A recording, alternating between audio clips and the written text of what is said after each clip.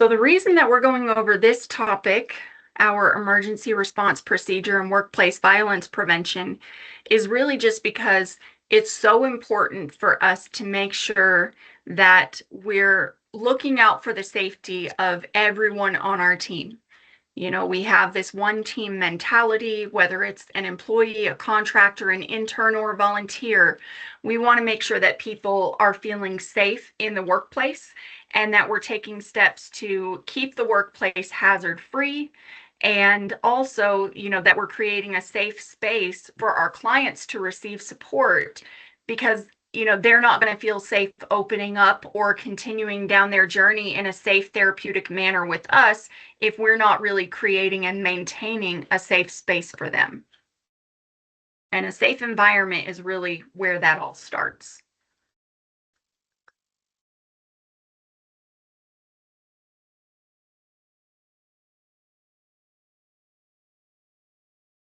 All right, and our goal is just to make sure that our sites are safe for everyone who's present. That we have just a few things that we go over specifically today that we want you guys all to be aware of. No matter what site you're working at, there might be different guidelines or different recommendations at each site, but we want to make sure that you know where you can access those things. So like, for example, your site-specific evacuation plans, and then what to do if you're exposed to some sort of like a weather-related incident.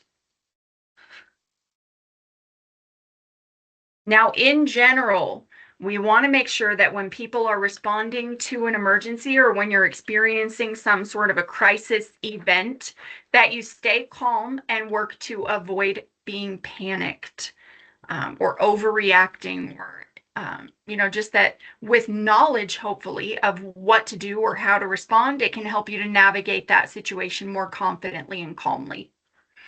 We want to make sure that if possible and if it's safe to do so, that any confidential materials are secured. Now, obviously, this is not the top priority. If there is a dangerous situation such as a fire or a tornado and you have to get quickly to a safe space, we want you to do that. But obviously, we do work in a substance use disorder facility. There are pretty strict guidelines around making sure that people's medical information and their notes remain confidential. So if it is safe to do so, we would want you to make sure that confidential materials are secured. For example, when I leave my computer, even though I'm in my home, I still make sure that I always lock my computer, that my daughter doesn't have access to my computer, because I don't want her to be able to get into any information that might have client-sensitive data in it. And so it's just little things like that that you want to make sure that you're protecting if it's possible and safe to do so in an emergency. You want to make sure that you're using emergency exits as needed or when instructed, excuse me, that you're calling 911 if there's a life-threatening emergency or you need additional emergency support. And then if there is an emergency that is affecting your office and, Bill is not aware, that you're notifying Bill, the office manager, or another designee for your site. So that way we can, we want to know if something's going on in Loveland, if there's randomly a tornado up there, but we're not necessarily in tune to that because there's nothing going on down here in the Springs or in Pueblo. And so we want to make sure that we're in the loop about what's going on and that we can help to provide guidance as needed. Severe weather. This one's the first one that I want to go over with all of you because I think that it's probably going to be the most common one that we see.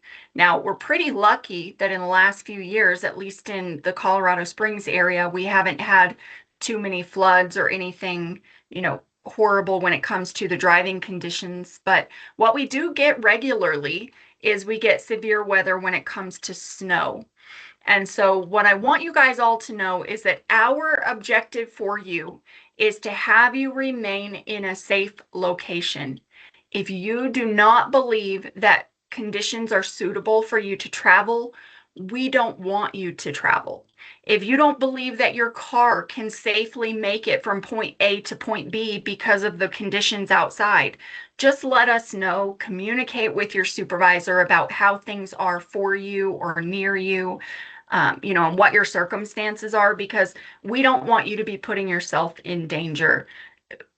We're very, very lucky that most of our team can work remotely or provide telehealth support. And so there's really no need to be putting anyone in our team in danger if there are dangerous conditions outside or really unsuitable traveling weather.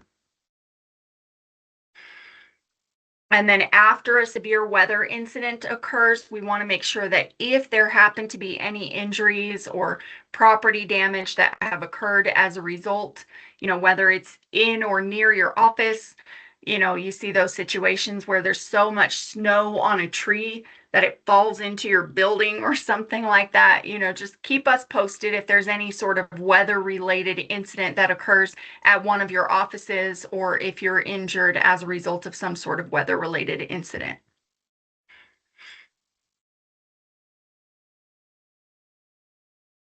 If there is a tornado, this one's generally pretty standard. I think we've all done those little drills starting in elementary school, but just in case you don't come from an area where there are tornadoes and you get earthquakes instead or something, we want to make sure that everyone gets to the innermost area of the building if possible, where there are no windows. Sometimes you might find that this is a bathroom, maybe it's going to be a basement area. Staying away from windows, doors, and exterior walls as much as possible, and using furniture or other materials as additional protection. And so a lot of times you'll see these tornado, whether it's a watch or a warning on the news, and you can try to find out what is the current alert level based on the area that you're in. But just try to keep your eye on the news as much as possible. We're very lucky nowadays because most of us have cell phones, so we can keep an eye on it without having to track down a radio or have batteries nearby or anything like that. But try to make sure that you stay in a safe location until you get an all clear for your area. When it comes to flooding, we want to make sure that you move to higher ground whenever possible. If you know how to access the roof in your office, that's going to be always just kind of your best bet. I know that in Loveland, there's an attic. I know that in Denver, there's roof access in the upper level. And so just make sure that based on where you are, if you know how to get to that higher ground as much as possible. In Colorado Springs, it's really easy because we have a downstairs and we have an upstairs. So it's generally going to be, much safer for us if we get upstairs because our office is on a hill. But just make sure that as much as possible that you're avoiding those basements, that you're not using any elevators because we wouldn't want you to get stuck in them. And then if it's safe to do so, that you're turning off electrical equipment to minimize any sort of electrocution risk. We want to make sure that you're not walking through or driving through any moving water if avoidable, and just that you're trying to make sure that you stay in a safe space. When it comes to fire, obviously you're going to have some signals. You're going to have smoke as your indicator. Sometimes depending on if a door is closed, you'll have hot doorknob handles. And luckily for us, we should be having fire alarms going off, or even in some of our offices, having a sprinkler system that gets activated. But either way, what we want to make sure is that we activate the nearest alarm if possible and call 911 so that we can get emergency support out to the site to try to help take care of the situation. We also have fire extinguishers in the offices, so make sure that you're familiar with where those are located for your office. We want to make sure that you evacuate using the nearest exit. Again, please make sure that you're taking stairs if needed and not using any elevators. And if you're not able to evacuate the space, and even if you are and you're working on escaping the space, that you stay low if smoke is present. Now, for many of us, we want to make sure that after we evacuate, we gather in a designated assembly area. Luckily, most of our offices are smaller, but if you can picture the Denver or the Colorado Springs office, if you have a group that's evacuating out the front and a group that's evacuating out the back, we would just want to make sure that people come together and we can try to do a head count of was there anyone else inside the building so that we can let emergency responders know if someone appears to be missing and may need additional support in evacuating. And then obviously afterward, we don't want to go back into any building until given an all clear.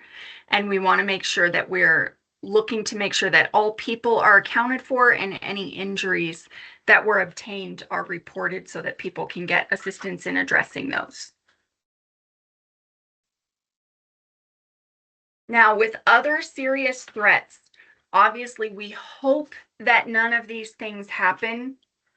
But we do want to make sure that we're just following some standard guidelines, which is that if you have the ability to do so and it's needed and you believe that someone is in danger, whether it's from an active shooter or some sort of a bomb threat related incident or anything else where you feel like people are in risk of serious harm, we want to make sure that you're calling 911 and getting emergency support involved so that we can get additional responses from professionals.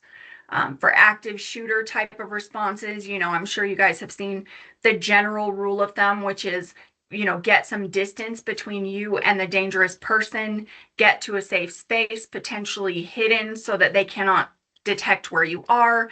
And if needed and you're in a direct close quarter with them, fighting the person or just doing what you feel like you need to do to defend yourself. But obviously we would want to make sure that if possible we're calling 911 so that we can get some professional support on the way. I know that Bill mentioned in our training or our orientation on Monday, our insurance does require that there are no weapons on site. And so, for the most part, you're not going to be equipped to being, able to defend yourself with a weapon typically if you have some, sort of active shooter event occurring on site. So we want to make sure that you're calling 911 right away. With regard to a bomb threat, if you believe that there is something that is suspicious, you don't know why this object is here, things aren't looking right or making sense, we don't want you to be fiddling with it, messing with it, touching it. If you believe that something is dangerous, just clear the area, get away from it, call 911, and then notify your site manager. We also want to make sure that if there are other people that are in the area and we have time after the authorities have been alerted, that we're notifying them as well and getting them to evacuate the area. Now, if you can do that because you're in close proximity, like for example, maybe the Pueblo office, you might be able to call 911 and simultaneously gather up the troops and evacuate the building, right? But just keep that in mind. Eddie? Oh yeah, just a caveat on the whole bomb threat thing. Just a general rule of thumb is, if you are calling 911 or calling somebody for help, please try to refrain from transmitting within that suspicious device within, stay at least 50 meters away. So about 70 yards or so. So yeah, don't ever start transmitting with a phone or anything like that near that because it could trigger a device. So just gain your distance and then make the call when you're describing the item. Good point. Bill? I also wanted to point out that if you take a phone call from someone who says, hey, I put a bomb in your building, there are some standard questions that you should ask. One, who is this? They probably won't tell you, but who is this? Where's the bomb? When's it supposed to go off? So this is information that you can pass along to law enforcement, which will help them tremendously, especially if they know the general location of the device. At least they don't have to come in and search for it. Thank you, Bill. Thank you.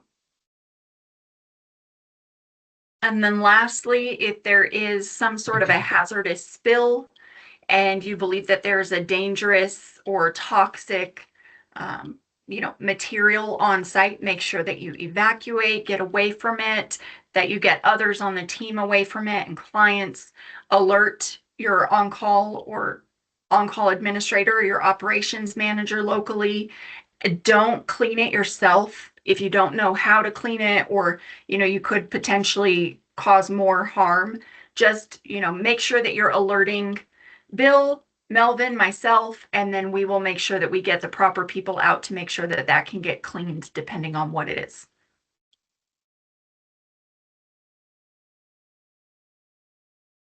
All right, and these are just the basic overview of the emergency contacts that you would want to notify, 911 or local emergency. I don't think that any of our offices are in a county where you would need to call like a sheriff's department or something like that, but for the most part, we should be able to just call 911 and get some help. You can also notify your office manager and your ops manager, depending on if you have an office manager that's working directly in your location. Now, what we will do is make sure to go over this training with you all. We will make sure that we have fire extinguishers on site. We'll do refresher trainings on this information, make sure that we have evacuation plans that are posted in each of the offices. We'll make sure that drills are conducted at least a couple of times per year, and that we are updating policy and procedure annually or even as needed if we see someone has identified, hey, there's a gap in what we're currently training on doing. Let's go ahead and update or enhance this. We have no shame in updating things as needed and as we're learning more about best practices in the industry or best responses for a specific type of emergency.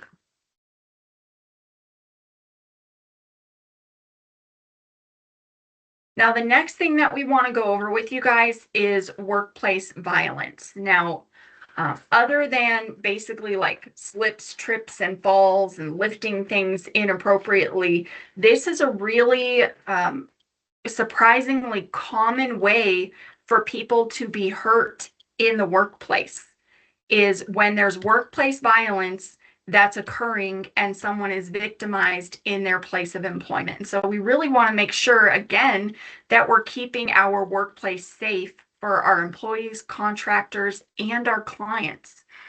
And so I want to ask you this: does anybody know who the most likely person is to bring violence into the workplace? An employee. An employee? Very common. What would Client, be another common one?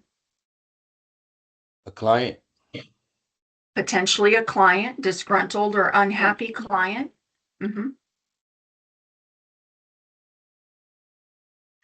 a lot of incidents actually involve the spouse or domestic partner of an employee or a contractor.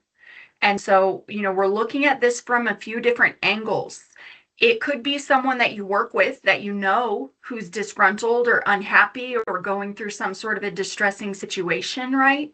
It could be a client who's unhappy or going through some sort of a distressing situation, but it could also be someone that's less familiar to you, but very familiar with one of your colleagues, where they work, where they're going to be, when they're going to be there. And they can use this as an opportunity to gain access to someone, that they have a personal relationship with. And so I want you guys to keep in mind that it might not always be a familiar face.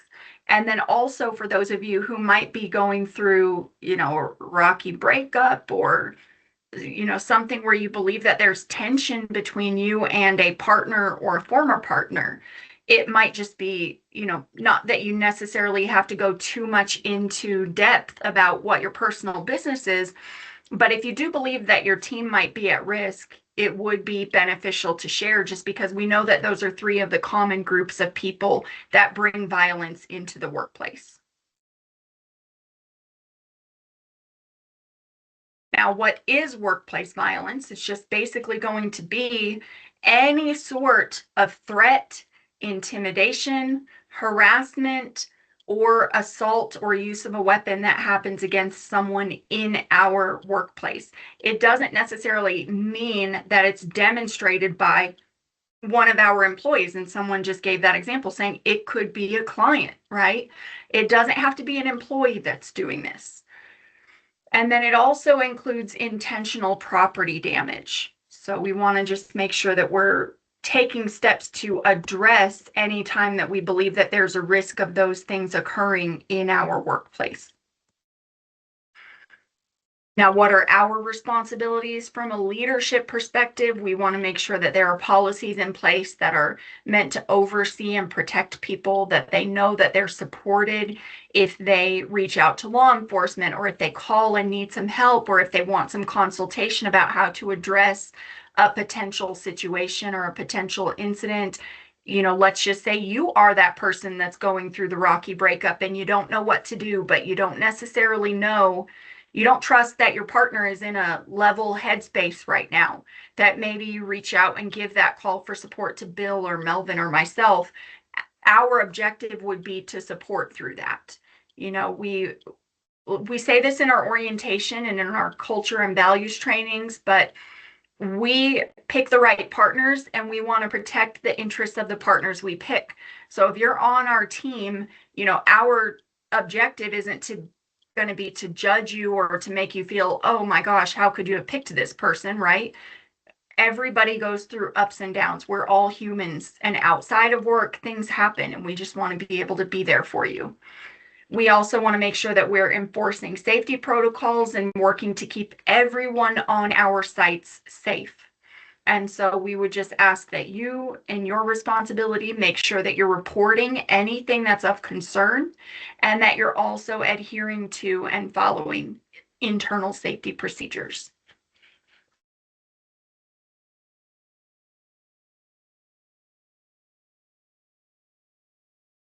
Now, with regard to prevention strategies, there are some things, you know, obviously that we can do when it comes to facility safety and management, in that we can keep things safe in a preventative way by making sure that we are securing our buildings, that we have alarms.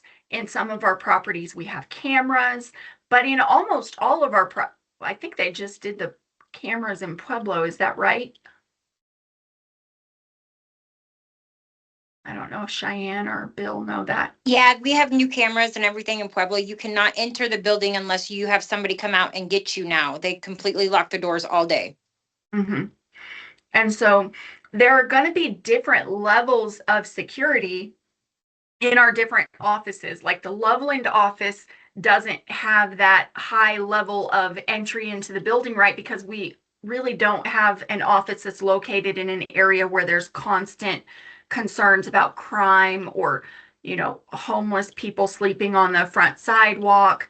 And so each office might have different levels of security, different steps that are taken. I know in Colorado Springs, our property manager oversees a lot of that.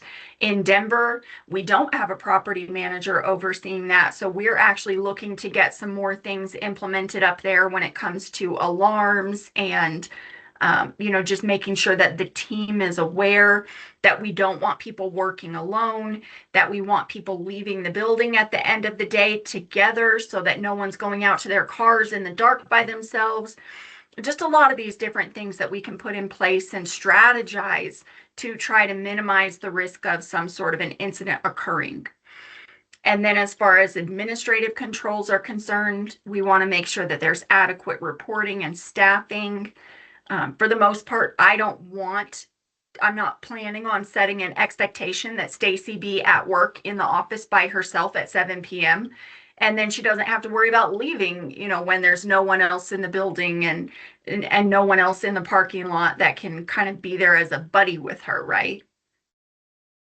Then there's behavioral interventions, which means that for the most part, we all have or receive some sort of crisis response training. At least I know many of our coaches, case managers, clinicians get crisis intervention training, and we have more trainings that we'll be rolling out to you guys that just kind of go over our internal strategies.